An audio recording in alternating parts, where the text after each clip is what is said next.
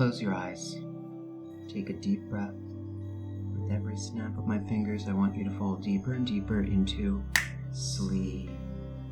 That's it. Feeling very calm, feeling totally relaxed right now. We're going to go deeper and deeper into sleep. I want you to remember the moments right before this period of missing time that you've experienced. What were you doing? Okay. And what did you see? Did you see maybe any bright lights or anything like that? Okay, good. Do you remember a sensation of being unable to move, possibly? What about any entities that were there with you? Can you recall them? Details of what they looked like?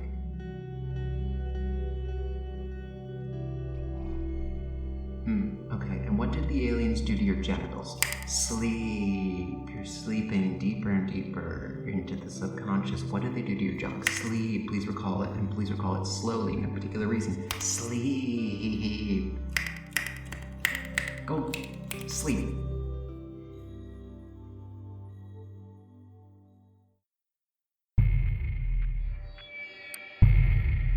My name is Allie.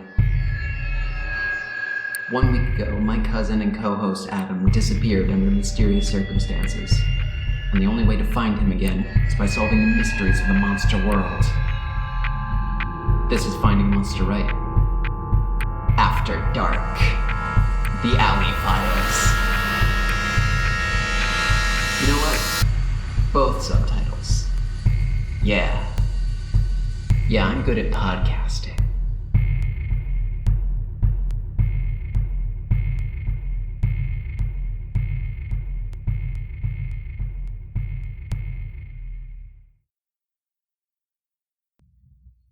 So, like I said in the intro just now, Adam is missing. I don't have any clues as to his current location. I do have one thing. I was walking in the park, and in the hollow of this tree, I saw this barn owl, and it opened its beak, and Adam's voice came out, and it said, "Here the sunset is always alight. Everyone stares at me with green eyes. Legends are real and they're holding me tight. Please save me from their lies." Now, I don't know what that means, but I think you and I both know that owls just say shit, so I'm willing to disregard that entirely. But yeah, with Adam missing, the show must go on, and I figured this is a good opportunity to show what the show would be like if it was just me. I've never done solo podcasting before, so this will be an interesting experiment. When you go to podcasting school, they tell you to throw away your first 3 episodes, and to that effect, I've already recorded this episode 3 times. So, I am ready for the good take. Oh, also, August's theme was dead languages. I hope that was obvious throughout all our previous things. We kind of disregarded the whole theme thing. But I'm going to stick to it until December, and then I'm not doing it again. Now, the mystery of today is, what are people who experience alien abduction really seeing? Solving any mystery starts with answering 6 questions. Who, what, when, where, why, and how. Let's start with what. What is an alien abduction?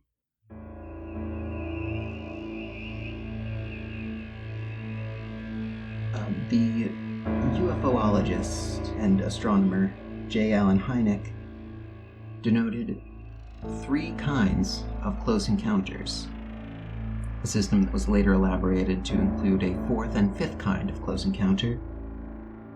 But to talk about those, let me walk you through my own close encounter of the 3rd kind.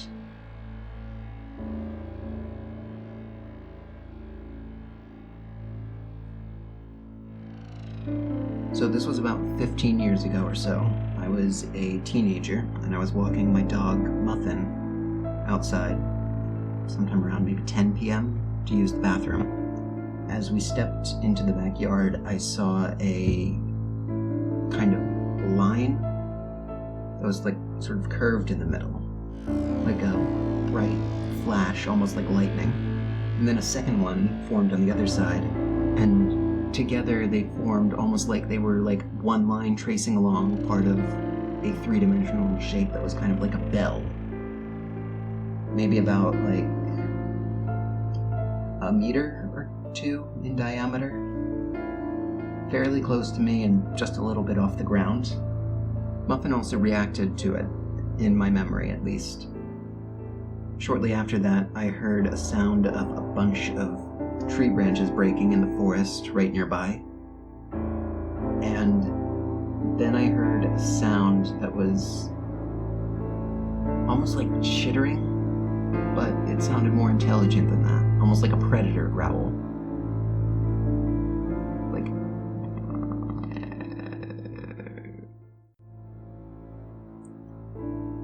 And by that time, Muffin had, done what she needed to do, and so I just took her back inside. I actually wrote down most of what happened in my journal, which is why I think I remember it.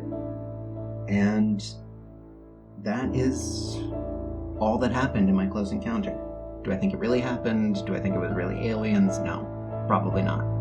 It's probably just a bunch of me hyping myself up and getting afraid of stuff in the dark, and, we all see things sometimes. But let's review. So first I saw what I imagined to be an alien spaceship or craft of some kind, or maybe a probe. That is a close encounter of the first kind, seeing a ship within 500 meters, I think, 500 feet. The point is, seeing one close up that's not just a light moving weird in the sky, because that could be anything. It could be a satellite or a shooting star or whatever. Close encounter of the second kind is an effect on the physical environment, like the snapping of the tree branches in my own story. And close encounter of the third kind is seeing the occupants or pilots of a alien craft of some kind, which I observed that intelligent growling that I interpreted as, an alien walking around. Where my encounter falls short is that it is not a close encounter of the fourth kind, which is properly the aliens take you from where you are. They abduct you. There's also a close encounter of the fifth kind, which is it's a human-initiated close encounter, sending out a signal into space that has like a bunch of music and like a picture of DNA and all that stuff going on, or contacting aliens through meditation, which is a very new agey thing, but hey, that's the way that the UFO community has shaken out. It's very new agey. It's very like psychic and energy woo kind of stuff. Now, this is a show about monsters still, even with Adam gone. That's not a dig at Adam. That's just, you know what I mean. This is a show about monsters still. So what kinds of aliens are abductees seeing? In truth, there are about as many kinds of aliens as there have been people who claim to have been abducted by aliens. There's a great graphic online that you can find by an alien timeline by Joe Nickel. That's nickel like the coin, but with two L's. And it shows from 1947, the beginning of the flying saucer craze with the Kenneth Arnold sighting of a bunch of ships that moved like flying saucers, didn't look like them. That's a UFO fun fact. He sighted those in July 1947, which is also when Roswell happened. Anyway, the types of ETs, the types of extraterrestrials. So you have a lot of recurring motifs. Hairy dwarves are popular. You have insectoid aliens. A lot of what I can only describe as disgusting blob things. Maybe some robots. But the three most commonly talked about types in modern UFOlogy are the Nordics, the reptilians, and the Greys. The Nordics are usually very tall, very fair-skinned, fair-haired people who glow and appear to be very physically attractive and very supermodel-y and there's no way around this. There's some pretty racial overtones here that are not comfortable. They're also called tall whites, which nobody likes. Everybody disliked that. They normally carry a message of peace. They're thought of as the good guy aliens. Again, bad implications there, but hey, it's conspiracy thinking. It's always going to be prone to that sort of thing. Wait until I get to the reptilians. Let's do that now. The reptilians are shapeshifters. They've infiltrated the world governments, and they control the banks, and they drink the blood of the innocents, especially children. And we are coming on some uncomfortable anti-Semitic conspiracies now. Yeah, there's a lot of shared pain between different conspiracies, and that often works to the detriment of those of us who just want to make sci-fi kind of weird theories about shape-shifting lizard people without being anti-Semitic. Some of us are scalies, alright? Sue me. But the most commonly encountered archetype of alien is the gray alien. There's a few different subtypes of grays within there. You have the short grays, who are, about like a meter or so tall, like 3 feet, 4 feet, whatever. They have the big almond-shaped black eyes, big heads, reduced or absent ears, nose, and mouth. Gray, sallow skin. Sometimes they wear clothes, sometimes they kind of don't. Sometimes it looks like a astronaut suit, sometimes it looks kind of like a robe. Then you also have the tall grays, who are very similar looking, but they are, of course, as tall or taller than humans. And there's various different theories about how they work. So it's thought that maybe the short grays are just drones that are kind of employed by all of the other different aliens as well. Some argue they're not even sentient. And therefore the tall grays are kind of in charge. They're like the next caste up. Other people think that the short grays are in fact in charge, they are intelligent, and that the tall grays are kind of alien-human hybrids, which is also tying into the whole conspiracy thing. Also very conspiracy-minded, so let's just stay away from that part of it.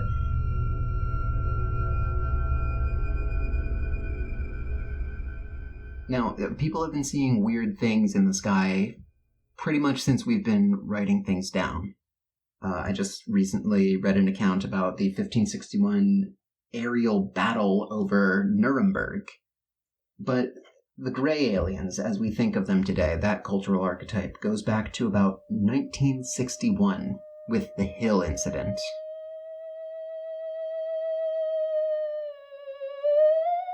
Betty and Barney Hill were a couple returning from a honeymoon in Montreal and Niagara Falls, and they were passing through New Hampshire, along with their dog Delcy, who was a dachshund. Not enough people talk about Delcy. That's a sin. Anyway, the Hills, including Delcy, were traveling through New Hampshire. They were followed by a light, or an apparition, I guess. I like apparition because, if you see something, then the word apparition kind of refers to a perception of something rather than a physical phenomenon. Your sleep paralysis demon isn't real, but it's an apparition. That doesn't imply reality. So they were followed by this apparition of a bright light. At a certain point, they saw a huge flash, and when they came to, that it was sometime later than they expected it to be, their watches were stopped. There was a weird pink powder on Betty's dress. The cord around Barney's binoculars was snapped. Barney's gun was out of the trunk. There were a bunch of mysterious circular dents on the end of the car that responded weirdly to magnets. And, again, come to think of it, I don't know what Delcy thought of the whole thing. Why does no one ask about the dog? God, it's the dog! Maybe the dog's behind it. Maybe the dog talked to the aliens. We don't know. No one asked this very good boy or girl. I don't know. Gender's a social construct, and Delcy's a very ambiguous name, and it's a dog. Anyway, they reported their incident to the NICAP, which is an Air Force program for reporting anomalous phenomena. Unidentified anomalous phenomena, by the way, is the more updated way to say UFO, because anything could be flying. Anything's a UFO if you're dumb enough. Anything's a UFO if you don't know what it is and it's flying. Anyway, NICAP, not to be confused with the NAACP, of which the Hills were members.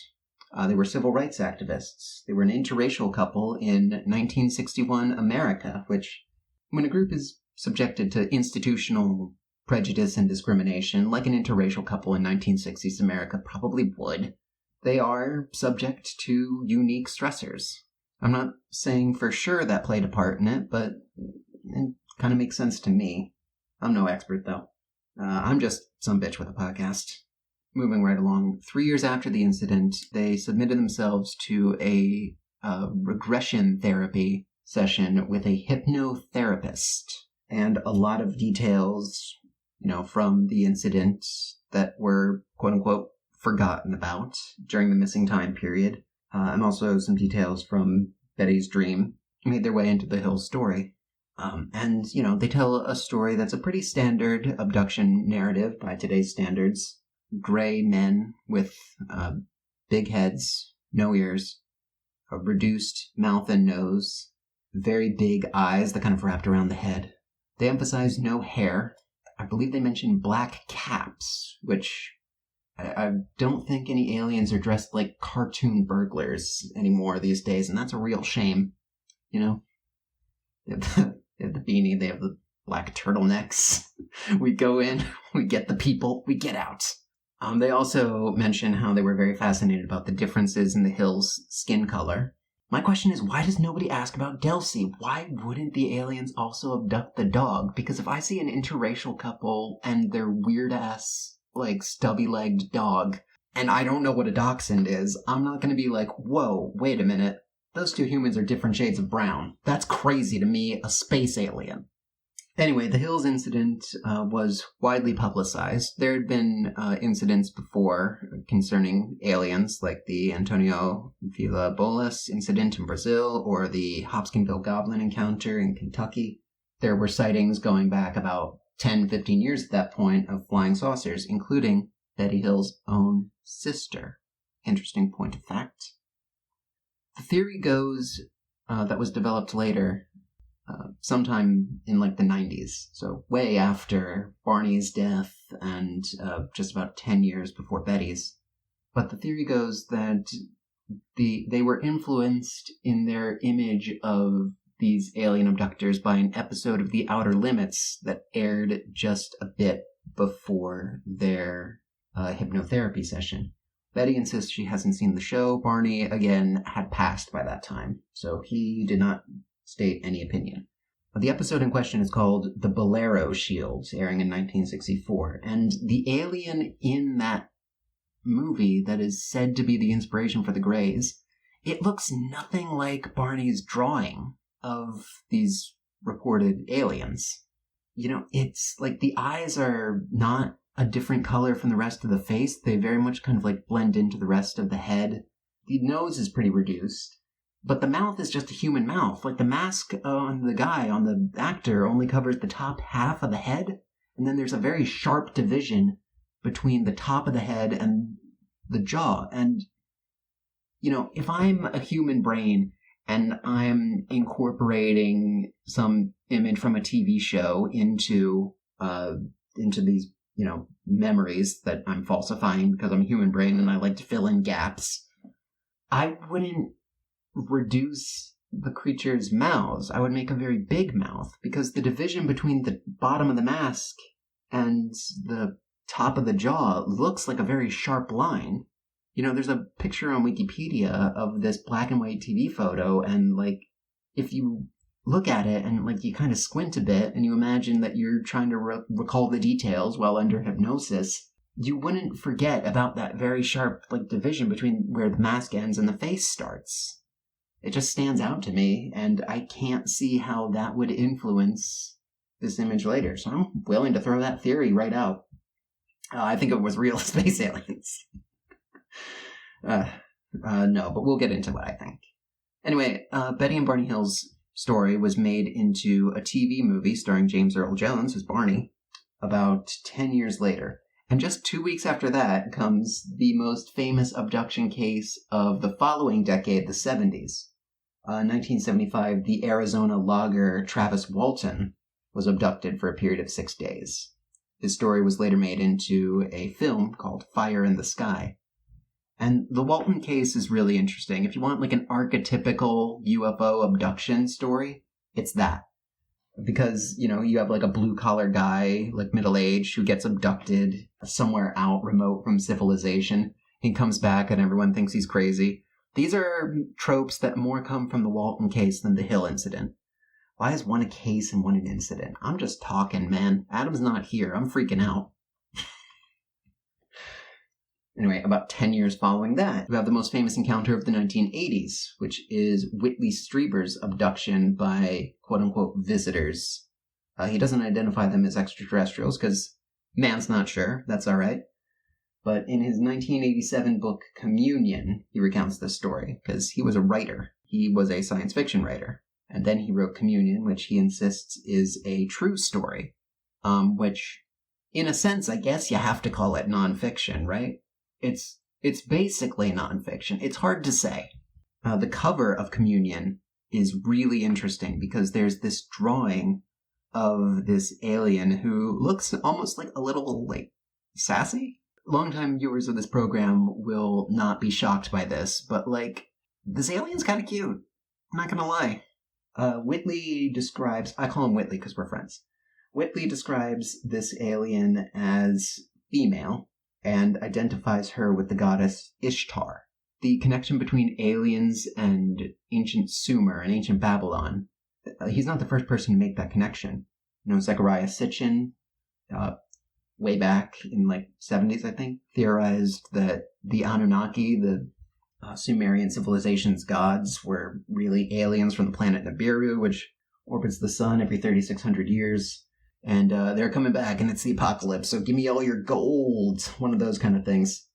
The connection was also used in the 2009 fake documentary movie called Close Encounters of the Fourth Kind.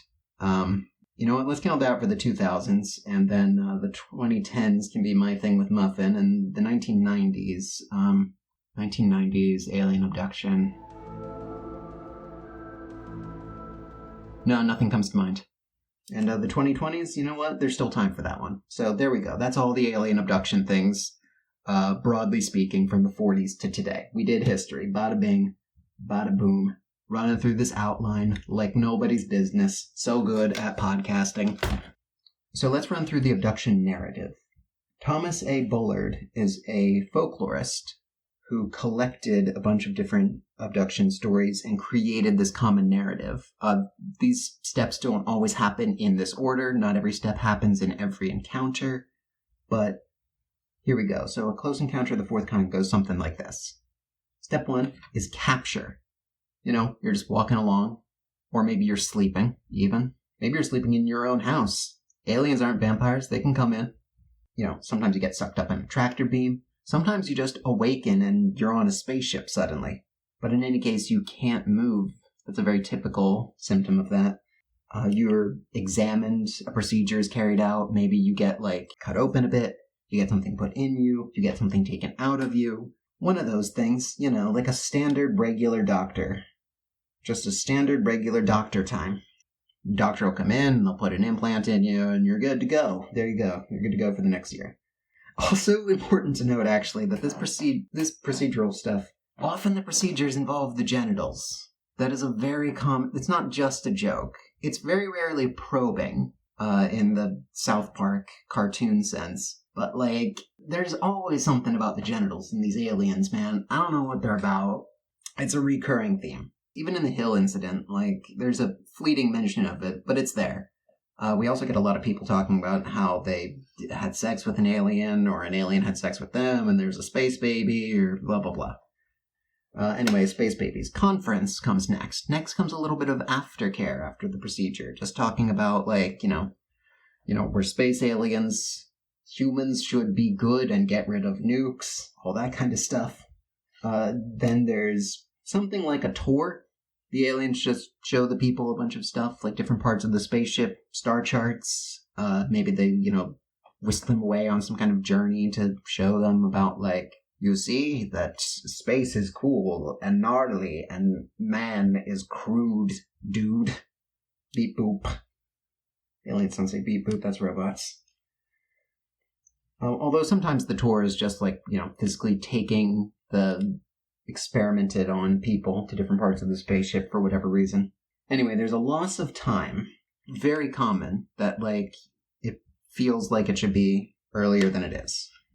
Then there's a return. Often the return is conducted under kind of sloppy circumstances, like they're in the wrong place, they're in the wrong position, any kind of thing. But the person's returned to Earth.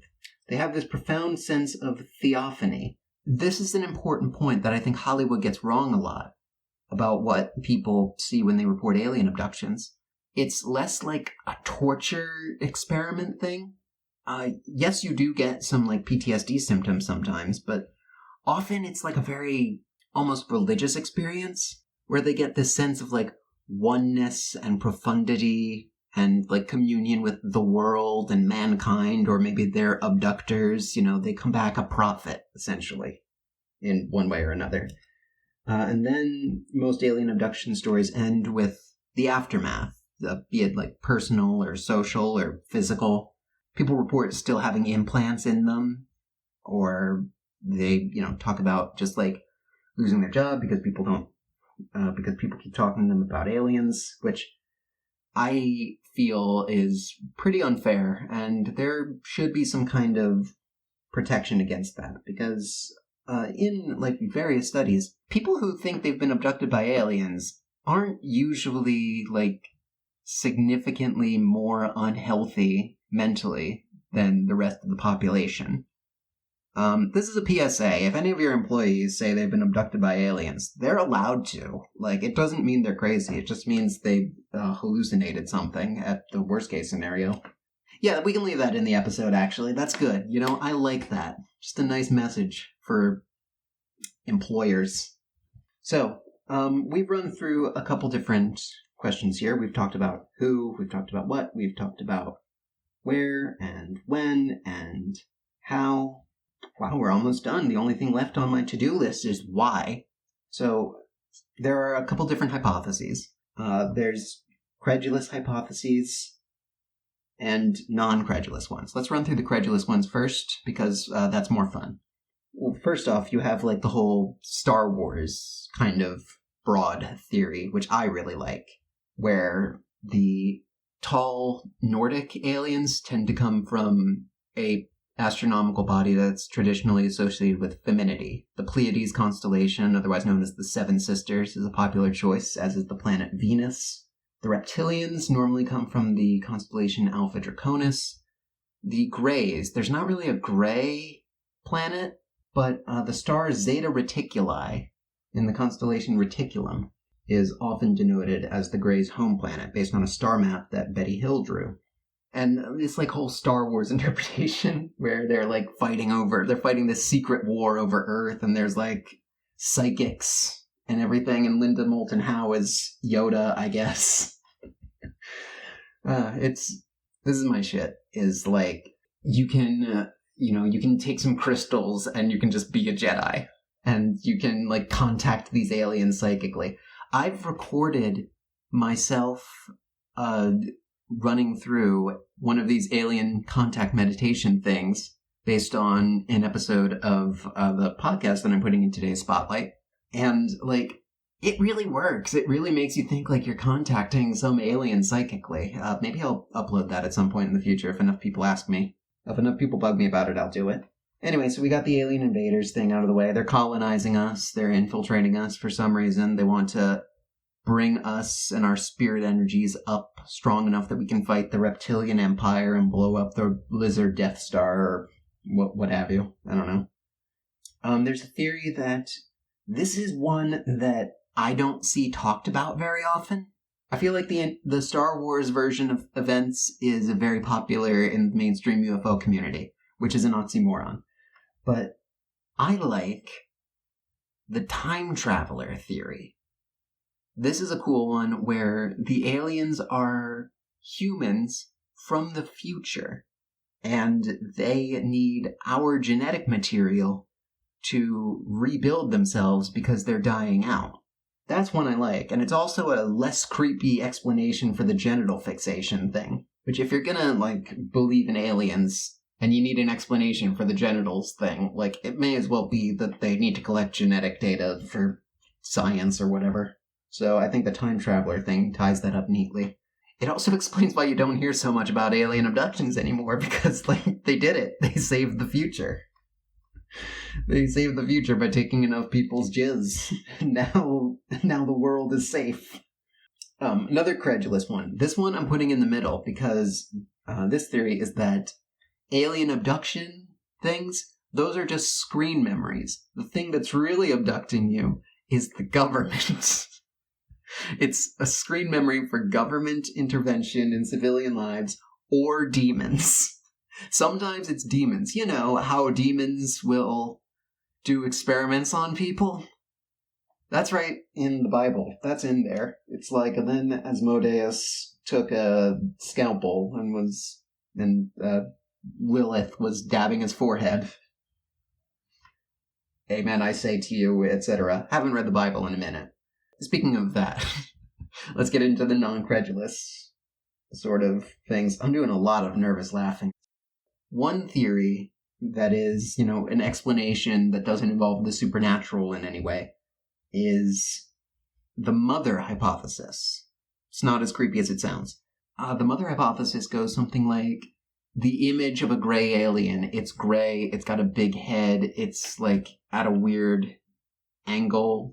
The top of the head is bigger than the bottom of the head, almost like it's peering over at us. We can't move. We're stuck down there. It's got big, very noticeable eyes. It's all gray. This is a reconstructed image of what adults looked like to us when we were newborns, right? Because babies don't have color vision at first. If you're looking at a human face, the most important feature is the eyes, so you focus on that. Everything looks kind of blurry when you're a newborn.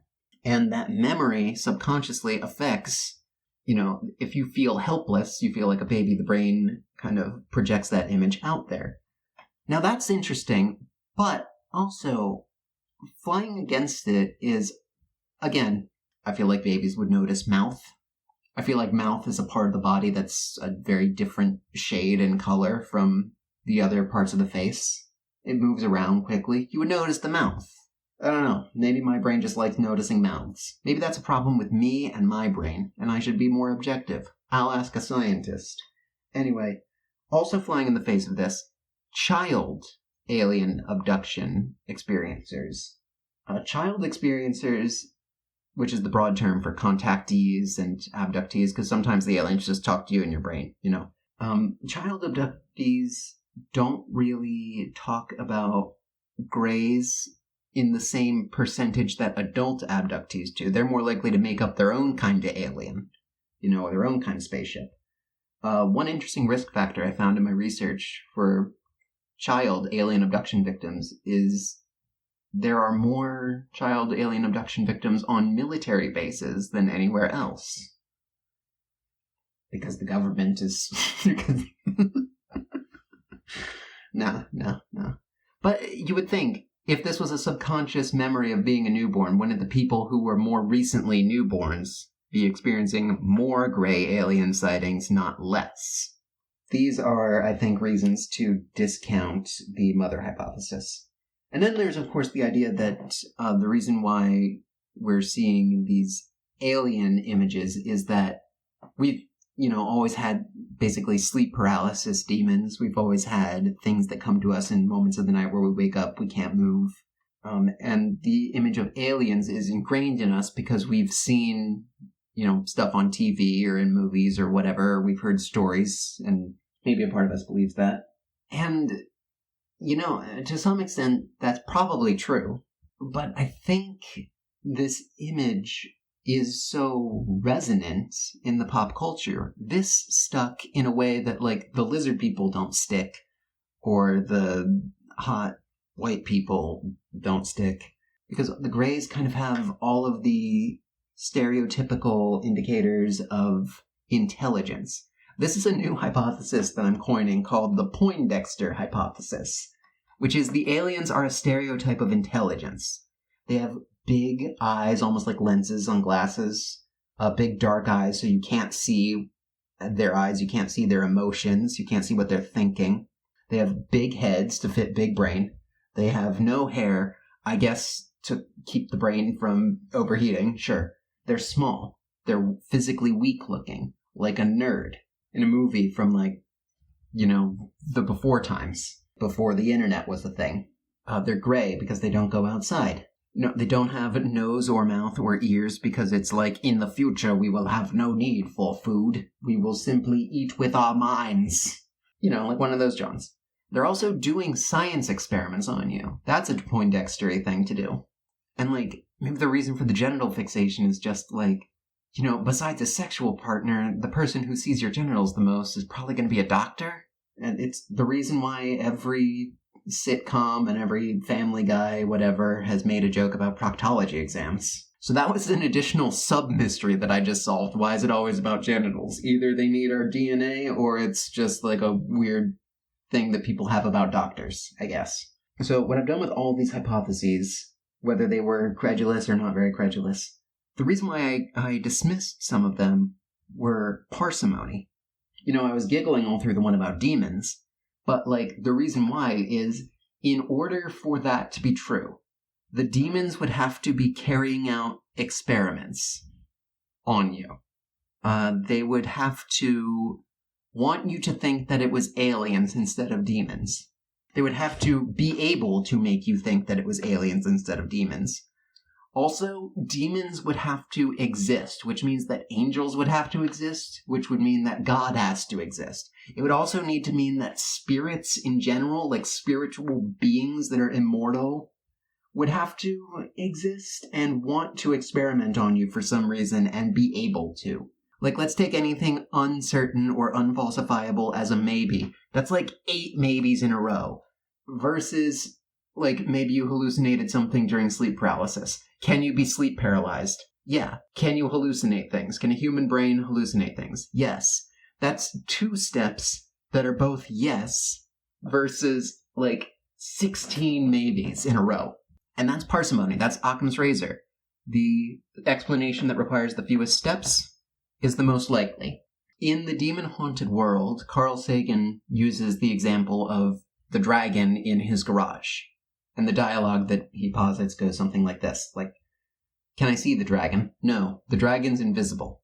Okay, can I throw some powder, like some flour, on the dragon to see it? No, the powder will just fly right through. It's incorporeal. Okay, can this dragon, like, is this a problem? Like, can the dragon burn down the house? No. The dragon only breathes heatless fire. What's heatless fire? It's a mystery. Just take it on faith.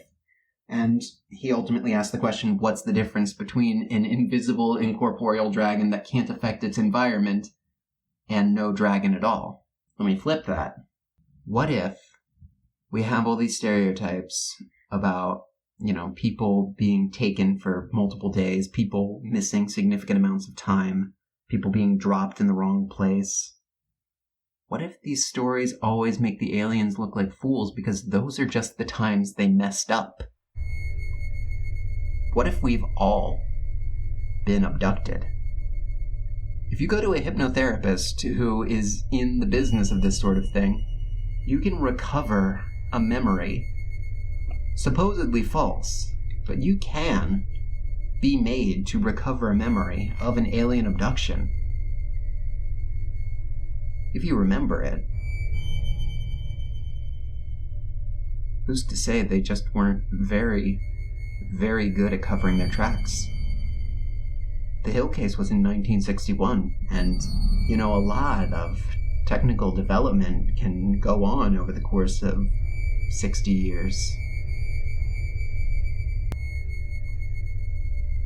Maybe, just maybe, they are hiding right outside the edge of observability, making it seem as if there's no dragon at all.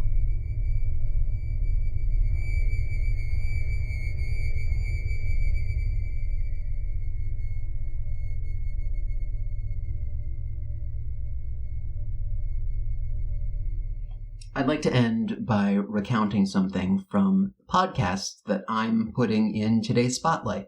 Dylan and Dalton over on Are You Afraid of the Dark Universe have started airing, essentially advertisements for other podcasts in the middle of their podcast. I think it's lovely, and I've adopted it into the last few episodes. And today, the podcast I want to tell you about is called Oh No, Ross and Carrie.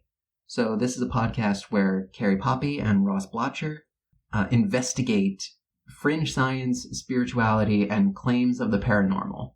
When people make the claims, they show up so we don't have to, is their slogan. And it's funny because it's they'll join a seance, or they'll infiltrate Scientology or realism or any of these truly bizarre supernatural sort of groups or things like that. They get into a lot of conspiracy stuff. They have a long series about flat earthers, and honestly a lot of their stuff I just can't listen to because it's oh god, there's these kind of people out there in the world, but you sort of have to confront that truth even if you don't like it, And the series of episodes that I always love going back to is their 2017 Summer of UFOs, where they go to the Ozark Mountain UFO Conference and, the Contact in the Desert, which I believe in California. But anyway, I want to bring this up because Whitley Strieber, the Communion author with the Ishtar alien, he gives a talk at one of these conferences, and they report a bit about how, he still has an alien implant somewhere in his ear, or it moves around and it's conveniently undetectable. But he believes that he can use this implant to speak to his dead wife, Anne, who had recently passed. And, you hear that story and it just kind of takes the whole us versus them aspect out of the whole UFO debunking thing. And that, I think, is the heart of skepticism. It's not about just being a wet blanket and coming in and going nothing unusual has ever happened. It's about investigating claims, and it's about looking at them, taking them seriously, and using the scientific method to tell what we can observe. If people's image of aliens is influenced by Star Wars and Star Trek, if they want to use the mind meld or the Force and bring psychic, new agey stuff into it, they want to make a religion out of that, then yeah, you're going to get a lot of scammers. Yes, you're going to get a lot of people taking advantage of emotionally vulnerable people. You also get a lot of people who just need something supernatural in their lives. The one place you'll never find a skeptic is in a graveyard. I myself have my history with organized religion. I don't like it, but I go to a graveyard and I'm quiet. I'm respectful. I take note of all the bodies buried there, all the gravestones, and I look at them and I try and remember their names and the dates of birth and death that are on there, whatever messages are written on there, Bible verses, or maybe something a little more heartfelt. And, I don't have to be quiet. I don't have to be respectful. They're dead. They don't know. But even if there was no one else in the graveyard, I would be quiet. I would be respectful.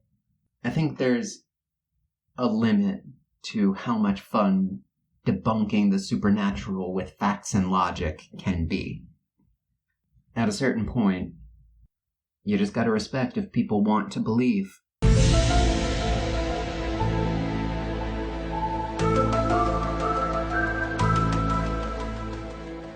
Now that's a button. Okay. Thank you for coming with me on my first journey into solo podcasting.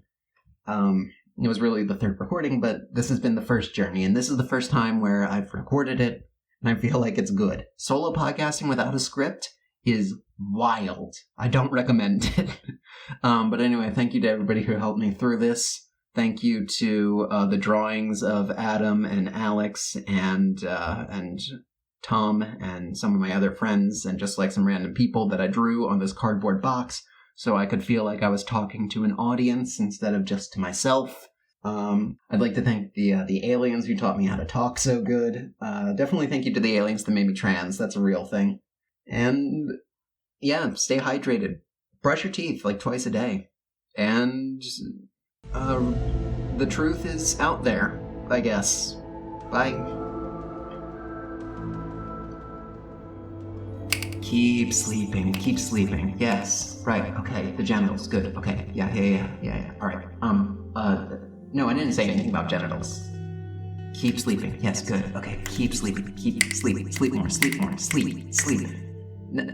I didn't say anything about genitals, okay, that's crazy, you know what, you're crazy. You know what, pay me $50 right now, copay time, session's over, $50 right now, wake up.